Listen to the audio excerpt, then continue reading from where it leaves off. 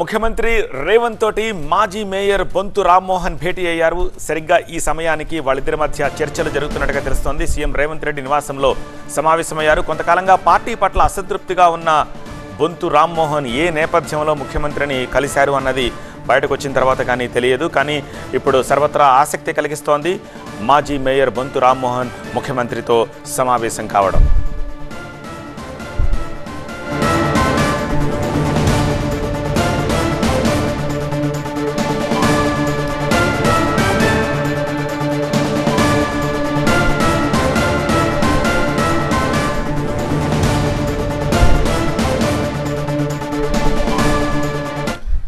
మా ప్రతినిధి ప్రభాకర్ దీనికి సంబంధించి మరిన్ని డీటెయిల్స్ అందించేందుకు మనకి లైవ్లో అందుబాటులో ఉన్నారు. ప్రభాకర్, ఇది మర్యాదపూర్వక భేటీనా లేకపోతే ఏదైనా ఎజెండా తోటి రామ్మోహన్ ముఖ్యమంత్రిని కలిశారని చెప్పేసి అనుకోవచ్చా? డెఫినెట్లీ పొలిటికల్ ఇష్యూ అయితే ఉంటుంది అనుకోవచ్చు. ఎందుకంటే మాజీ మేయర్ బొంతు రామ్మోహన్ గత కొద్ది కాలంగా రేవంత్తో కలుస్తారు అనే ప్రచారం అయితే జరుగుతున్న నేపథ్యంలో ఇప్పుడు ఈ కలయిక అనేది కొంత ఆసక్తికరంగానే పొలిటికల్ డెవలప్మెంట్గానే చూడొచ్చు. ఎందుకంటే గతంలో మేయర్ విజయలక్ష్మి కూడా కలిశారు, ఇప్పుడు మాజీ మేయర్ బొంతు రామ్మోహన్ కూడా కలుస్తున్నారు. గతంలో జరిగిన పార్టీ సమావేశాల్లో కానీ అంతర్గత సమావేశాల్లో కానీ కొంత అసంతృప్తి ఉన్నట్లుగానైతే బొంతు రామ్మోహన్ బయటకి చెప్పినట్లుగా పార్టీ వర్గాలు కూడా చెప్పాయి. గత కొంతకాలంగా కూడా కార్యక్రమాల్లో కూడా బీఆర్ఎస్ పార్టీ యాక్టివిటీలో కూడా కొంత దూరంగానే ఉంటున్నట్టుగా చెప్తున్నారు. సో ఇప్పుడు కొద్దిసేపటి క్రితమే రేవంత్ నివాసానికి బొంతు రామ్మోహన్ వెళ్లారు. మరికొద్దిసేపట్లో ఇప్పటికే భేటీ అవుతుందనేది అయితే మనకు అందుతున్న సమాచారం.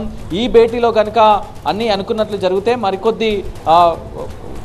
మరికొద్దిసేపట్లో మనకు ఆ పూర్తి వివరాలు కూడా వచ్చే అవకాశం ఉంది. అసలు ఎందుకు కలిసారు, అసంతృప్తిగా ఉన్నారు కాబట్టి కలిసారా, లేకపోతే నిన్న సీఎం కూడా చాలా డైరెక్ట్గా చెప్పారు, ఎవరైనా వచ్చి నన్ను కలవచ్చు, నాకు చెప్పొచ్చు, నాకు ఏదైనా మాట్లాడవచ్చు, మర్యాదపూర్వకంగా కలవచ్చు అని. ఆ భేటీయా లేకపోతే నిజంగానే పొలిటికల్ టర్న్ తీసుకునే భేటీయా? ఎందుకంటే బొంతు రామ్మోహన్ గత 2 టర్మ్స్లో కూడా ఎమ్మెల్యే సీట్ను ఆశించారు ఉప్పల్ నుంచి, అయినా కూడా రాలేదు. ఇప్పుడు పార్లమెంట్ సీట్ ఆశిస్తున్నారు. ఆ కన్సిడరేషన్ లేకపోవడం వల్లనే కాంగ్రెస్ పార్టీ వైపు చూస్తున్నారా అనేది అయితే చూడాల్సి ఉంది. ఇంకా ముఖ్యంగా గ్రేటర్కి సంబంధించి గ్రేటర్లో ఒక బజ్ అయితే క్రియేట్ అయింది. గ్రేటర్ కార్పొరేటర్స్ అందరూ కూడా మరికొద్ది రోజుల్లో కాంగ్రెస్ పార్టీలోకి చేరబోతున్నారు అనేది. సో దీనికి సంబంధించి ఏదైనా చర్చ జరిగే అవకాశం ఉందా అనేది అయితే మరికొద్ది సేపట్లో తెలుస్తుంది. బొంతు రామ్మోహన్ బయటకు వస్తే తప్ప ఈ విషయాలు వెల్లడించే అవకాశం లేదు. ముఖ్యంగా అయితే ఈ భేటీ అయితే డెఫినెట్గా పొలిటికల్ టర్న్ అనే చెప్పాలి. కొద్ది రోజులుగా అంటే బొంతు రామ్మోహన్ ఎలక్షన్ టైంలోనే తన ఫోన్ స్విచ్ ఆఫ్ చేసుకొని అటు బీఆర్ఎస్ పార్టీకి అందుబాటులో లేకుండా పోయిన సందర్భం కూడా ఉంది కాబట్టి, సో ఇప్పుడు పార్టీ పవర్లో లేదు కాబట్టి కాంగ్రెస్ పార్టీ ఏదైనా ఆఫర్ చేస్తుందా లేకపోతే అతను ఏదైనా ఆశిస్తున్నాడా అనేది అయితే తెలియాల్సి ఉంది. తెలంగాణ రాజకీయాల్లో కాంగ్రెస్ బీఆర్ఎస్ మధ్య నీటి పంచాయతీ హీట్ పెంచుతోంది. మేడిగడ్డను ప్రధానాంశంగా బీఆర్ఎస్ నీరుకుని పెట్టేందుకు కాంగ్రెస్ రెడీ అవుతోంది. అటు కేఆర్ఎంబీ అంశంతో ఎదురు దాడికి ప్రతివ్యూహాలు రచిస్తోంది బీఆర్ఎస్. ఈ క్రమంలో అసెంబ్లీ సమావేశాల వేళ తెలంగాణ పాలిటిక్స్ హాట్ గా మారుతున్నాయి. రేపటి అసెంబ్లీ సమావేశాల్లో అనుసరించాల్సిన వ్యూహాలపైన కాంగ్రెస్ ఫోకస్ పెట్టింది. నీటిపారుదల శాఖపై రేపు శ్వేతపత్రాన్ని విడుదల చేయబోతోంది రేవంత్ రెడ్డి ప్రభుత్వం. ఆ తర్వాత ఇదే అంశంపై అసెంబ్లీలో పవర్ పాయింట్ ప్రెజెంటేషన్ కూడా ఇవ్వబోతున్నారు. దాంతో ఇరిగేషన్ ప్రాజెక్టులపై హాట్ గా చర్చ జరగనుంది. ఈ క్రమంలోనే కాంగ్రెస్ ఎమ్మెల్యేలు ఎమ్మెల్సీలతో ప్రత్యేకంగా సమావేశం కాబోతున్నారు CM Revanth Reddy, deputy CM Bhatti Vikramarka. Medigadda అంశంపై ఎమ్మెల్యేలు ఎమ్మెల్సీలకు బ్రీఫింగ్ ఇవ్వనున్నారు. బీఆర్ఎస్ ని ధీటుగా ఎదుర్కోవడమే లక్ష్యంగా దిశానిర్దేశం చేయనున్నారు. ఇక ఇరిగేషన్ ప్రాజెక్టులపై హోరాహోరీగా తలపడేందుకు కాంగ్రెస్ బీఆర్ఎస్ రెడీ అవుతూ ఉండడంతో అసెంబ్లీ వేదికగా రేపు హై వోల్టేజ్ ఫైట్ జరగబోతోంది. మా ప్రతినిధి శ్రవణ్ లైవ్ లో జాయిన్ అవుతున్నారు మరింత సమాచారం అందించడానికి. శ్రవణ్, ప్రస్తుతం ప్రజాభవన్ దగ్గర ఉన్నాము. మరికొద్ది సేపట్లో ఇక్కడ ఎమ్మెల్యేలు అందరితో డిప్యూటీ సీఎం భట్టి అలాగే ముఖ్యమంత్రి రేవంత్ రెడ్డి సమావేశం కాబోతున్నారు. దానికి సంబంధించిన ఏర్పాట్లు జరుగుతున్నారు. ఒక్కొక్కరుగా అధికారులు ఎమ్మెల్యేలు అందరూ ఇక్కడికి వస్తున్నారు. ప్రధానంగా రేపు ఇరిగేషన్ ప్రాజెక్టుల మీద శ్వేతపత్రం విడుదల చేయబోతున్నారు. గత 10 ఏళ్ల కాలంలో ఇరిగేషన్లో ప్రాజెక్టుల పేరుతో ఎటువంటి వైఫల్యాలు జరిగాయి, వాటికి సంబంధించిన పూర్తి సమాచారాన్ని ఎమ్మెల్యేలకు బ్రీఫింగ్ ఇవ్వబోతున్నారు. ఎందుకంటే ఈసారి కాంగ్రెస్లో అత్యధికులు మొదటిసారి ఎన్నికైన ఎమ్మెల్యేలు ఉన్నారు. కాబట్టి వీళ్ళకు ప్రాజెక్టుల మీద పూర్తి అవగాహన కల్పించాలి. అవగాహన కల్పించినట్టయితే రేపు జరగబోయే ఈ శ్వేతపత్రం తర్వాత జరగబోయే వాడివేడి చర్చను ఎలా ఎదుర్కోవాలనేది ఎమ్మెల్యేలకు బ్రీఫింగ్ ఇవ్వబోతున్నారు. ఒక ప్రాజెక్టు మీద పూర్తిగా అవగాహన కల్పిస్తే ఎటువంటి దాడి అటు నుంచి బీఆర్ఎస్ పార్టీ నుంచి వచ్చే అవకాశం ఉంది. ఇటు మేడిగడ్డ ప్రాజెక్టు నుంచి ఇరిగేషన్ ప్రాజెక్టు వైఫల్యాల గురించి సంబంధించి కాంగ్రెస్ అంశం లేవనెత్తి దాడి చేయాలని చూస్తుంటే కేఆర్ఎంబి అంశాన్ని తీసుకొని ఇటు బీఆర్ఎస్ ప్రతిదాడి చేయాలని చూస్తుంది. కాబట్టి కేఆర్ఎంబి అంశాన్ని ఎలా ఎదుర్కోవాలనేది చూపిస్తున్నారు. ప్రస్తుతం ఇరిగేషన్ అధికారులు ఎవరైతే ఉన్నారో వాళ్ళందరూ కూడా ఇప్పుడే ప్రజాభవన్కి వచ్చారు. ఏదైతే 3 కార్లు చూస్తున్నామో అందులోనే ఉత్తమ్ కుమార్ డిపార్ట్మెంట్కి సంబంధించిన ఇరిగేషన్ అధికారులు ఉన్నారు. ఇరిగేషన్ అధికారులు లోపలికి వెళ్తున్నారు. ఈ భేటీలో ముఖ్యమంత్రి రేవంత్ రెడ్డియే డైరెక్ట్గా ఎమ్మెల్యేలందరికీ ఈ ప్రాజెక్టు గురించి, నీటిపారుదల ప్రాజెక్టుల గురించి బ్రీఫింగ్ ఇవ్వబోతున్నారు. ఇరిగేషన్ అధికారులు కూడా ఎక్స్పర్ట్స్ కూడా దానికి సంబంధించిన కీలకమైన సమాచారాన్ని ఎమ్మెల్యేలకు ఎక్స్ప్లెయిన్ చేయబోతున్నారు.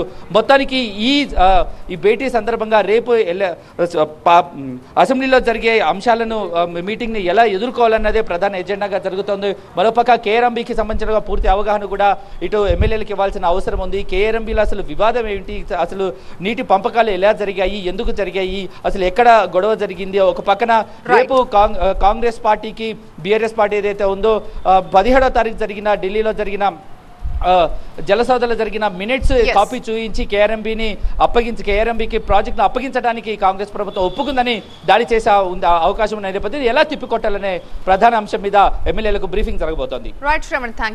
హెచ్ఎండిఏ మాజీ డైరెక్టర్ శివబాలకృష్ణ అవినీతి కేసులో సంచలనాలు వెలుగులోకి వస్తున్నాయి. శివబాలకృష్ణ కేసులో మరో కీలక మలుపు చోటు చేసుకుంది. ఈ కేసు దర్యాప్తుకు సంబంధించి నివేదికను ప్రభుత్వానికి అందజేశారు. ఈ రిపోర్టులో సీనియర్ ఐఏఎస్ అధికారి అరవింద్ కుమార్ వ్యవహారాన్ని ప్రస్తావించడం ఇప్పుడు ప్రకంపనలు రేపుతోంది. బాలకృష్ణ నుంచి అరవింద్ కుమార్ పెద్ద మొత్తంలో డబ్బు తీసుకున్నట్లు నివేదికలో పేర్కొన్నారు. ఈ క్రమంలోనే అరవింద్ కుమార్ని విచారించేందుకు ప్రభుత్వం అనుమతి కోరింది ఏసీబీ. మరోవైపు శివబాలకృష్ణ నుంచి పెద్ద మొత్తంలో ఫోన్లు, ల్యాప్టాప్లు, పెన్ డ్రైవ్లు, మెమరీ కార్డులు రికవరీ చేశారు ఏసీబీ అధికారులు. అయితే భారీ లావాదేవీల తర్వాత బాలకృష్ణ ఫోన్లు మార్చినట్లు గుర్తించారు. 8 ఏళ్లలో 10 సెల్ ఫోన్లు మార్చగా 9 ల్యాప్టాప్లు వాడారు. బాలకృష్ణకు చెందిన 10 సెల్ ఫోన్లతో పాటు మొత్తం 31 ఎలక్ట్రానిక్ పరికరాన్ని స్వాధీనం చేసుకున్న ఏసీబీ అధికారులు వాటిలో భారీ డేటా ఉన్నట్లు తేల్చారు. ఫోరెన్సిక్ ల్యాబొరేటరీ సహకారంతో ఆ డేటాను వెలికి తీసే పనిలో నిమగ్నమయ్యారు. ఇక అడ్డదారులో అడ్డగోలుగా సంపాదించిన సొమ్ము వివరాల్ని బాలకృష్ణ తన గ్యాడ్జెట్లలో బదిలపరుచుకున్న తీరు చూసి విస్తుపోతున్నారు ఏసీబీ అధికారులు. మా సీనియర్ కరెస్పాండెంట్ రంజిత్ మరింత సమాచారం అందిస్తారు. రంజిత్, అప్డేట్స్ ఏంటి? శివబాలకృష్ణ తన కన్ఫెషన్ స్టేట్మెంట్లో మాత్రం ఇదంతా కూడా కేవలం తన ఉన్నతాధికారులు ఇచ్చిన ఆదేశాల మేరకే తను అనుమతులు ఇచ్చానన్నటువంటి విషయాన్ని 8 రోజుల కస్టడీ సమయంలో చెప్పారు. ప్రధానంగా ఐఏఎస్ అరవింద్ కుమార్తో పాటు మరికొంతమంది అధికారులకు సంబంధించిన పాత్ర పైన కూడా ఆయన తన కన్ఫెషన్ స్టేట్మెంట్లో చెప్పారు. ఇక్కడ నార్సింగ్ కావచ్చు, ఆ తర్వాత మహేశ్వరానికి సంబంధించిన హైరైజ్ బిల్డింగ్లు కావచ్చు, ఆ తర్వాత కొన్ని మల్టీస్టోర్ బిల్డింగ్లకు సంబంధించిన అనుమతుల విషయంలో ఆయన ఐఏఎస్ అరవింద్ కుమార్ ఇచ్చినటువంటి సూచనల మేరకే తను అక్కడ అనుమతులు ఇచ్చానన్నటువంటి విషయాన్ని చెప్పారు. దీనికి ప్రతిఫలంగా భారీ మొత్తంలో వచ్చినటువంటి నగదును స్వయంగా తనే జుబ్లీహిల్స్లో ఉన్నటువంటి ఆయన నివాసానికి తీసుకెళ్లి ఇచ్చినటువంటి విషయాన్ని కూడా చెప్పారు.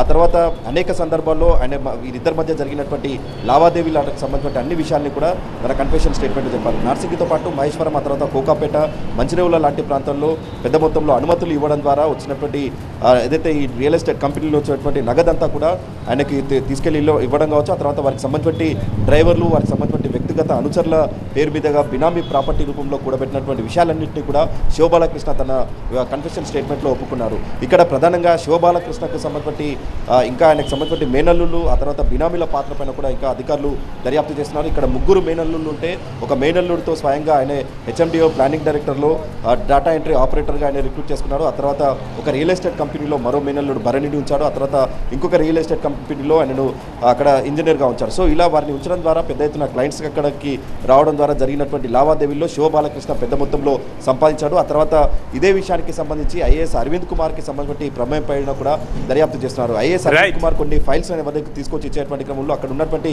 లోపాలన్నీ కప్పిపుచ్చుకునేటువంటి క్రమంలో పెద్ద మొత్తంలో జరిగిన సెటిల్మెంట్లో స్వయంగా తానే తీసుకెళ్లి డబ్బులు ఇచ్చాను. ఆ తర్వాత కొన్నిసార్లు తన డ్రైవర్ని ఆయన ఇంటికి తీసుకెళ్లి ఆయన ఇంటికి పంపించి కూడా డబ్బులు ఇచ్చినటువంటి వివరాలను కూడా చెప్పారు. సో ఇప్పుడు ప్రభుత్వానికి ఏసీబీ అధికారులు ఒక నివేదికను కూడా అందజేశారు. ఐఏఎస్ అరవింద్ కుమార్కి సంబంధించి పాత్ర పైన ఆయన ఒప్పుకున్నటువంటి కన్ఫెషన్ స్టేట్మెంట్ ఆధారంగా తదుపరి ఆయనను విచారించాల్సి ఉంది. కాబట్టి ప్రస్తుతం ప్రభుత్వానికి ఒక నివేదిక ఇచ్చారు. ప్రభుత్వం దీనిపైన పాలసీ డిసిషన్ తీసుకున్న తర్వాత మరి నేను విచారిస్తారా లేదా అనేది కూడా చూడాల్సి ఉంది. Okay Ranjith. Fourth super exclusive news చూస్తే గుంటూరులో డయేరియా కేసులు పెరుగుతున్నాయి. అప్రమత్తమైన కార్పొరేషన్ అధికారులు చర్యలు చేపట్టారు.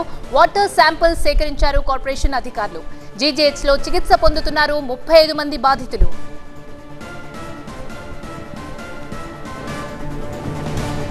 గుంటూరు నగరంలో డయేరియా కలకలం రేపుతోంది. డయేరియా బాధితుల సంఖ్య 35కు చేరింది. వాంతులు విరోచనాలతో బాధపడుతున్న బాధితులు గుంటూరు జీజీహెచ్లో చికిత్స పొందుతున్నారు. ఇక గుంటూరు డయేరియా కలకలం నేపథ్యంలో ప్రభుత్వం అలర్ట్ అయింది. గుంటూరు కార్పొరేషన్ అధికారులు వాటర్ శాంపిల్స్ సేకరించారు. మరోవైపు గుంటూరు జీజీహెచ్లో డయేరియా బాధితుల్ని మంత్రి విడుదల రజని పరామర్శించారు. ఇది కలుషిత నీటి వల్ల వచ్చింది కాదని, రిపోర్టులు వచ్చాక అసలు విషయం తెలుస్తుందని చెప్పారు విడుదల రజని. ఇదే అంశానికి సంబంధించి మరింత సమాచారాన్ని మా ప్రతినిధి నాగరాజు అందిస్తారు. నాగరాజు, అధికారులు ఎలాంటి చర్యలు చేపట్టారు? అంటే ఇప్పటికే గుంటూరు నగరంలోని అనేక ప్రాంతాల నుంచి కూడా ఈ డయేరియా కేసులు వస్తుండటంతో అధికారులంతా కూడా అప్రమత్తమయ్యారు. ఈ రోజు తెల్లవారుజాము నుంచి కూడా అన్ని వాటర్ శాంపిల్స్ దాదాపు 42 ఓవర్ హెడ్ ట్యాంక్స్ ఉంటాయి. ఈ 42 ఓవర్ హెడ్ ట్యాంక్స్ దగ్గర నుంచి వచ్చే వాటర్ శాంపిల్స్ అన్నింటిని కూడా తీసుకుంటున్నారు. దీని మీద పూర్తి స్థాయిలో కలెక్టర్తో పాటు అన్ని శాఖల అధికారులు కూడా ఈ రోజు ఉదయం 10 గంటల సమయంలో కలెక్టరేట్లో సమీక్షా సమావేశం నిర్వహించారు. అదేవిధంగా ముఖ్యంగా ఎక్కడైతే ఎక్కువ కేసులు నమోదవుతున్నాయో ప్రధానంగా శారదా కాలనీ కావచ్చు లేదా శ్రీనగర్ కాలనీ కావచ్చు, ఈ 2 కాలనీలకు సంబంధించి ఇంటింటి సర్వే కూడా అధికారులు ఇప్పుడే ఆదేశించారు. ఎక్కడైతే రోగ లక్షణాలతో బాధపడుతున్నారో వారందరూ వివరాలు సేకరించడం, వారికి ఏదైనా ఇబ్బంది పరిస్థితులు ఉంటే వెంటనే ఆసుపత్రికి పంపించే విధంగా ఏర్పాట్లు చేస్తున్నారు. మరొక వైపు ఇప్పటికే వాటర్ కంటామినేటెడ్ అనేది దానివల్ల డయేరియా వచ్చిందనేది ఎక్కడ ప్రూవ్ కాలేదని అధికారులు చెప్తా ఉన్నారు. ఎందుకంటే డయేరియా కనుక వాటర్ కంటామినేషన్ వల్ల కనుక వచ్చినట్లయితే ఆ ఏరియాలో ఎక్కువ కేసులు నమోదయ్యే విధంగా ఉండేవి. అదేవిధంగా ఒకే ఫ్యామిలీలో కూడా ఎక్కువ మంది ఇన్ఫెక్ట్ అయ్యి ఉండేవారు. ప్రస్తుతం అటువంటి పరిస్థితి లేదు. గుంటూరులోని అనేక ప్రాంతాల నుంచి కూడా ఈ డయేరియా లక్షణాలతో ఉన్న రోగులు వస్తున్నారు కాబట్టి తగిన జాగ్రత్తలు తీసుకుంటేనే వైద్య చికిత్స ఎప్పటికప్పుడు అందిస్తున్నామని చెప్తున్నారు. మరొక వైపు ముందస్తు జాగ్రత్తలుగా అంటే వ్యాధి ప్రబలకుండా ఇతర ప్రాంతాలకు కూడా రాకుండా ఉండడానికి కూడా తగిన చర్యలు తీసుకుంటున్నారు. ఎక్కడైతే ప్రధానంగా ఈ వ్యాధి లక్షణాలు కనిపిస్తున్నాయో అక్కడికి ఇప్పటికే వాటర్ హెడ్ ట్యాంక్స్ నుంచి వచ్చే త్రాగునీటిని కూడా నిలిపివేశారు. ప్రత్యేక ట్యాంకర్ల ద్వారా కూడా ఇస్తున్నారు. అదేవిధంగా అక్కడ ఉన్న ప్రజలందరికీ కూడా అప్రమత్తం చేసి ఇప్పటికే ఎవరైనా త్రాగునీరుని కనుక దాచుకున్నట్లయితే వాటన్నిటిని కూడా పారవేసి కొత్త నీటిని కార్పొరేషన్ పంపింగ్ చేస్తుంది కాబట్టి వాటిని తీసుకోవాలని కూడా ఇప్పటికే అధికారులు కూడా ఆదేశించడం జరిగింది. కాబట్టి ఈ రోజు కూడా చూసుకున్నట్టయితే నిన్న ఉదయం నుంచి ఇప్పటి వరకు దాదాపు ఈ రోజు ఉదయం వరకు కూడా 42 కేసులు వస్తే ఆ తర్వాత కేసుల సంఖ్య కూడా తగ్గుముఖం పట్టింది. ఒకవైపు నుంచి అధికారులు తీసుకుంటున్న చర్యలు కావచ్చు లేదా ప్రజల్లో కలుగుతున్న అవేర్నెస్ కావచ్చు కొంత కారణంగా ఈ రోజు కేసులు కొంత తగ్గుముఖం పట్టినట్టుగా తెలుస్తుంది. మరొక వైపు ప్రజలెవరూ కూడా ఆందోళన చెందవద్దు, భయపడవద్దు, ప్యానిక్ కావద్దంటూ అటు అధికారులు చెప్తున్నారు. మరొక వైపు జీజీహెచ్ సూపరింటెండెంట్ కూడా చెప్తున్నారు. ఎందుకంటే రోగ లక్షణాలతో వచ్చిన రోగులంతా కూడా త్వరగానే కోలుకొని డిశ్చార్జ్ అవుతున్నారు కాబట్టి భయాందోళన చెందాల్సిన అవసరం లేదు. కానీ కంపల్సరిగా కాచి చల్లార్చిన నీటిని మాత్రమే తాగాలి. మరొక వారం రోజుల పాటు ప్రికాషన్స్ అన్ని కూడా తీసుకోవాలని చెప్తున్నారు. Right, thank you Nagaraj. ఇక కాణిపాకం గణనాథుని ఆలయంలో మరో వివాదం నెలకొంది. కాణిపాకం ఆలయానికి సంబంధించి ఉభయదారులు అధికార యంత్రాంగం మధ్య వార్ తారాస్థాయికి చేరుతోంది. ఆలయ ఈవో పాలక మండలి చైర్మన్ తీరును వ్యతిరేకిస్తూ ఉభయదారులు ఆందోళనకు దిగడం చర్చనీయాంశమవుతోంది. ధూపదీప నైవేద్యాలకు నోచుకోని సమయంలో కాణిపాకం ఆలయాన్ని కాపాడి స్వయంభూ వరసిద్ధి వినాయకుడి ఆలయ జీర్ణోద్ధరణకు కృషి చేసిన వారు చుట్టుపక్కల 14 గ్రామాల ప్రజలు కాణిపాకం ఆలయం అభివృద్ధికి సహకరించి వందలాది ఎకరాలు సమర్పించారు. ఈ 14 గ్రామాల ప్రజలను ఉభయదారులుగా అభివర్ణిస్తారు. అయితే కొంతకాలంగా ఆలయ వ్యవహారాల్లో ఉభయదారుల ప్రాధాన్యత తగ్గుతోందన్న వాదన బలంగా వినిపిస్తోంది. ముఖ్యంగా ఆలయ ఈవోగా వెంకటేష్, పాలక మండలి చైర్మన్ గా మోహన్ రెడ్డి బాధ్యతలు చేపట్టాక కనీస గౌరవం ఇవ్వడం లేదని వాపోతున్నారు ఉభయదారులు. అలాగే కాణిపాకం ఆలయ పాలనలో అనేక వివాదాలు తెరమీదకి రావడం పైన కూడా ఉభయదారులు అసహనం వ్యక్తం చేస్తున్నారు. మరింత సమాచారం మా ప్రతినిధి రాజు అందిస్తారు. రాజు, నిజంగా ఉభయదారులకు ప్రాధాన్యత తగ్గిందా?